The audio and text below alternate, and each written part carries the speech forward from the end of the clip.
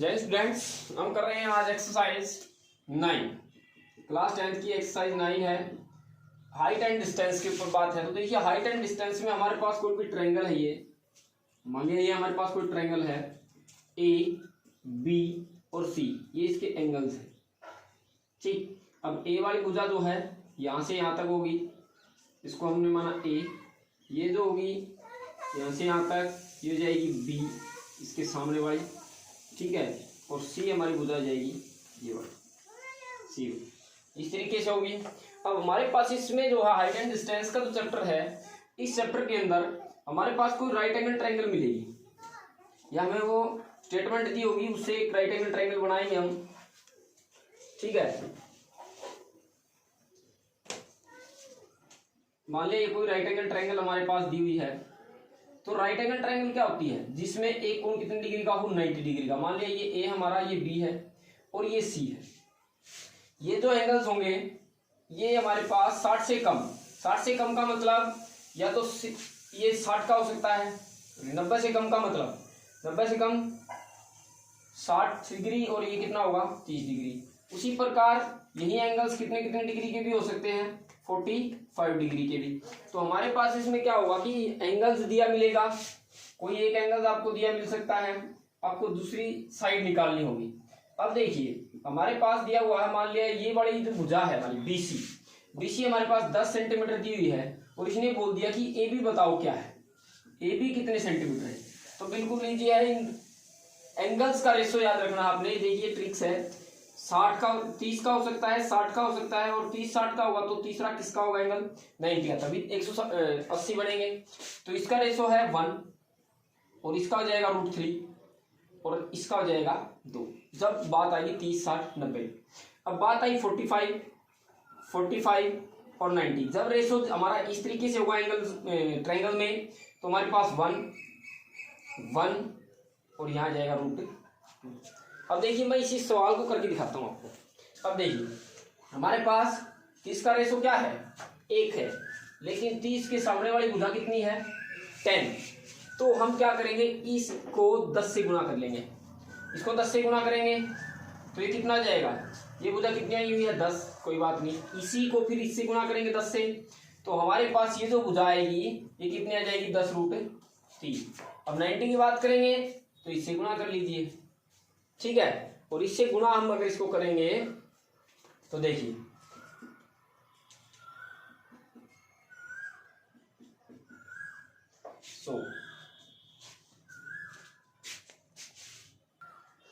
तो देखिए इससे आगे हमारे पास फर्स्ट में हमारे पास आ गई भाई 30 के सामने वाली भुजा ये है और इसकी अनुपात कितना है 30 डिग्री का 1। तो 1 से गुणा की 10 की, तो 10 1 कम 10, तो ये तो 10 आ गई। हमने ये निकालनी है, तो देखिए किसके सामने है 60 के सामने, ठीक है। और 60 का रेशो क्या होता है, 60 का रेशो होता है √3। तो √3 होता है, तो हमने किससे मल्टीप्लाई करनी है सभी की 10 से, तो इससे भी हम 10 से मल्टीप्लाई कर देंगे तो 10√3 आ जाएगा। उसी प्रकार इसको भी 10 से करेंगे तो ये कितना आ जाएगा 20, मतलब कि ये वाली भुजा कितनी आ जाएगी 20 डिग्री, सॉरी 20 सेंटीमीटर, ठीक है। अब एक और देखते हैं इसी में। देखिए हमारे पास मान लिया ये आया, ये 90 डिग्री है और ये दिया 45, ए बी और सी। इसने बोल दिया कि इसकी हाइट निकालिए, जबकि ये हमारे पास 20 सेंटीमीटर दिया हो, ठीक है। तो रेशो क्या है 90 है, 45 है, 45, तो 45 और 90 ये रेशो चलेंगे। अब इसका क्या होता है 1 और इसका क्या होता है 1 और इसका कितना होता है √2। अब देखिए 45 के सामने ये भी तो 45 ही है, तो इस 45 के सामने ये भुजा ही हुई, तो इसकी भुजा की लंबाई कितनी आई 20 सेंटीमीटर। तो इसका मतलब इसको हम किससे मल्टीप्लाई कर देंगे 20 से, तो ये तो कितना आ गया 20। उसी प्रकार इसको भी 20 से ही करेंगे, फिर 20 से इसको गुणा कर दिया तो ये भी कितना आया 20। अब इसको आगे गुणा कर देंगे इससे, तो ये भी कितना आ जाएगा 20√2। समझ में आई, बिल्कुल इजी है। इससे ये तो शॉर्ट ट्रिक है, आपको ट्रिक दे रहे हैं, लेकिन आपने जो हमारे पास एक्सरसाइज 9.1 है हमारे एचपीएससी बोर्ड में हमने ट्रेडिशनल मेथड से करनी है। ये तो शॉर्ट ट्रिक है, अगर आपको क्वेश्चन को थोड़ा सोल्व करके उसकी जांच करनी हो कि भाई आंसर सही है या नहीं। अब देखिए कई बार क्या होता है, कई बार इस तरीके से आ जाता है हमारे पास, ऐसे ABC, ये फिर वही 90, ये कोई D। अब यहाँ पे क्या होगा कि मान लिया ये दिया हुआ इसने 60 डिग्री, तो ये कितना होगा इधर इधर बड़ा 30 डिग्री होगा या नहीं, 30 डिग्री।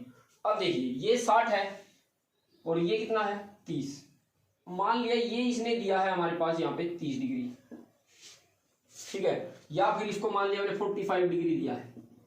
और यहाँ ये जो भुजा है ना, ये वाली भुजा, ये भुजा आपने ज्ञात करनी है, ये वाली भुजा ज्ञात करनी है, उसके बाद ये वाली भुजा ज्ञात करनी है। और ये दिया है मान लिया 10 सेंटीमीटर, ठीक, तो बिल्कुल इजी है।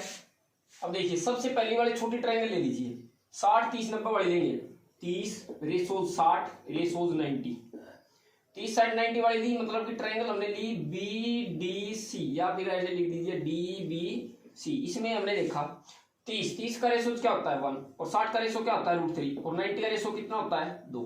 तो 60 वाली तो भुजा हमने ज्ञात करनी है। 30 के सामने देखिए कितनी दी हुई है यहाँ 10, तो यहाँ पे कितना गुणा कर देंगे 10 गुना, तो कितनी आई 10 सेंटीमीटर।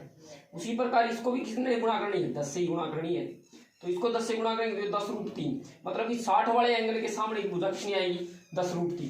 तो ये वाली जो आएगी हमारी कितनी आ जाएगी 10√3, ठीक है। उसी प्रकार आगे चले तो इसको भी गुणा किससे करना है 10 से, तो 10 दूनी 20। तो देखिए अब इसके सामने ये वाली भुजा 20 आएगी, न कि ये वाली, समझ में आई बात। अब आगे देखिए एक बार, अब हम मान लिया हमें ये वाली सभी ज्ञात करनी हो, तो क्या करेंगे। अब देखिए ट्रायंगल लेंगे हम ABC, तो ABC में देखो 45 वाला एंगल है, 90 वाला और 45, पर भी तो 45 ही लेना है। अब देखो 45 45 और 90 रेशो रहेगा 1 1 और ये आ जाएगा √2।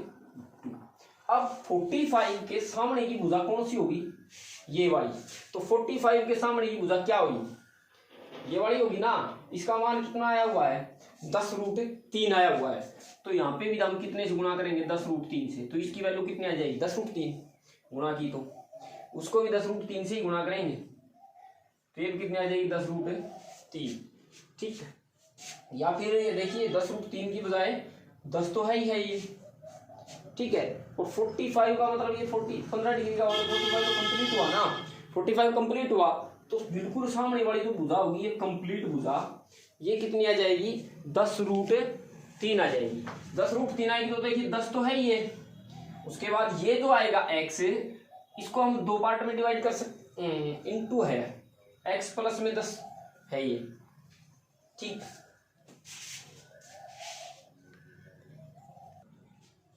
अब देखिए अब इसके सामने वाली भुजा कितनी आई है 10√3, 10√3 आई है ना,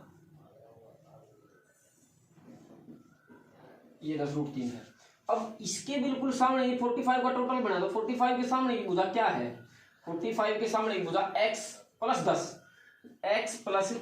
10 है, x प्लस 10। तो अब हम क्या करेंगे, इधर देखिए ये x प्लस 10 दी हुई है, इधर आया हमारे पास रेशोज में क्या 10√3। अब हम ऐसे अगर कंडीशन आएगी ना, तो हम क्या करेंगे उनको इक्वल रख लेंगे, क्या कर लेंगे इक्वल, क्योंकि हमने x की वैल्यू निकालनी है, इक्वल रखेंगे तो क्या हो जाएगा x प्लस 10 इक्वल में 10√3। तो x की वैल्यू अगर निकालनी है तो 10√3 माइनस में कितना हो जाएगा 10, x की वैल्यू आ जाएगी 10 कॉमन ले लेंगे -1, 10√3 -1। आगे बात सुन में, जब भी बात आ जाए जैसे इसमें तो ये पहले से दी हुई है x और ये सिर्फ इसमें ये निकालनी है, अलग अलग हुई ना, तो इसलिए x प्लस 10 तो इसकी पहले से आई हुई है, इसी के इक्वल ये भाई रेशोज में कितनी आई है मल्टीप्लाई में, ये 10√3 आई है, तो 10√3 को इक्वल रख लो भाई, ये भी दी हुई है पहले और ये भी आई है, तो उन दोनों को एक बार इक्वल रख लो। इक्वल रखेंगे तो x की वैल्यू अलग से निकालनी है, तो इसकी टोटल वैल्यू जो x की निकलेगी ना, सिर्फ x की, वो कितनी हो जाएगी 10√3 माइनस में 10, 10√3 माइनस में 10, ये आ जाएगी x की, ठीक।